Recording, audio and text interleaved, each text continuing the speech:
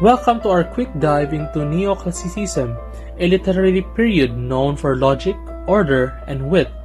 It rose during the late 16th and to early 18th century, inspired by the classical ideals of ancient Greece and Rome. Post-chaos of political revolution and the Renaissance, there was a yearning in common folks for order and stability. Authors turned back to ancient works for inspiration, particularly those in Greek and Roman philosophy, literature, and art.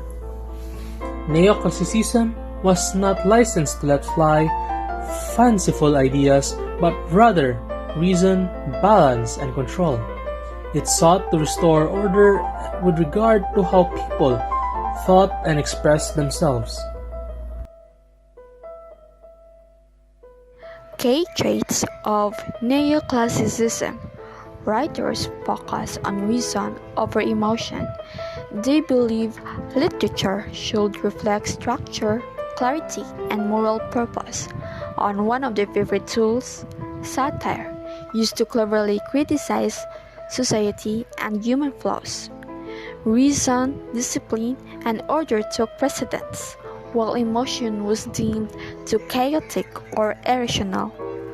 Neoclassicists believe that literature should teach and improve people morally. Satire served the purpose of pointing out the ills of society, while also entertaining readers, often mocking politics, manners, or foolish behavior with sharp wit and subtlety.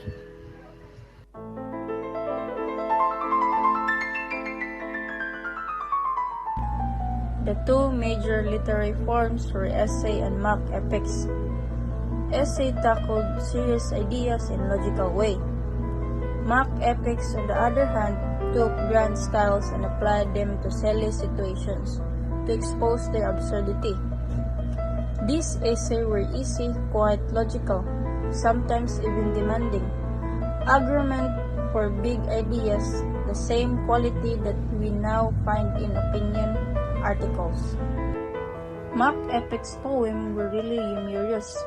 They parody the seriousness and grand styles of great epics, such as the Aeneid or the Aeneid, then apply it to something ridiculous or prosaic, such as a lady losing a lock of hair. Thus, the grand styles applied to trifling subjects conveyed for overdoing things in small matters.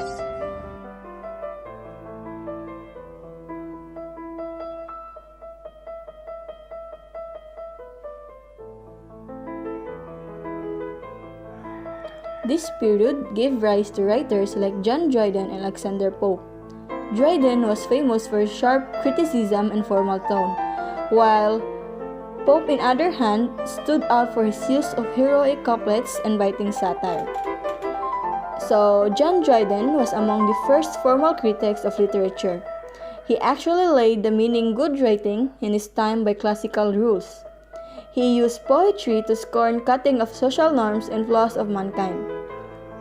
His poems have brilliant concepts, clear and precise observation of things, and excellent structuring. Heroic couplets are two lines of poetry in perfect rhyme, with a strict rhythm into the couplet, such as neatness and balance were indeed in vogue during such time.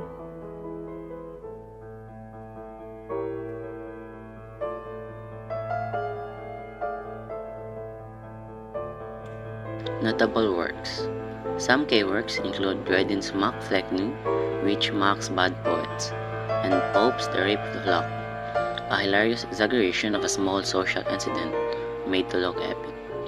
Dryden pretends to live for the crown of poetry to a very bad writer, a kind of sarcastic way of saying, "You are the king of bad poetry." The Rape of the Lock is, however, a true incident in which a man cut off a lock of a woman's hair, stalked and created a great social tattle. These kinds of writings did amuse but uncovered much nasty reality behind the society, its vanity as well as the people of that period.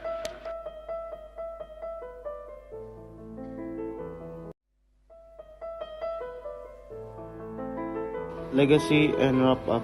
Neoclassicism shaped how we write, argue, and critique today. By mixing reason with its clever humor, its writers left a lasting impact on literature. Modern essay formats, logical structures for arguments, and even political satire emerged from neoclassicism. Rationality, order, and measure are a common thread among many kinds of writing skits, speech, and even journalism. The Simpsons and Saturday Night Live are spiritual descendants of neoclassical satire, using humor to criticize real problems in society.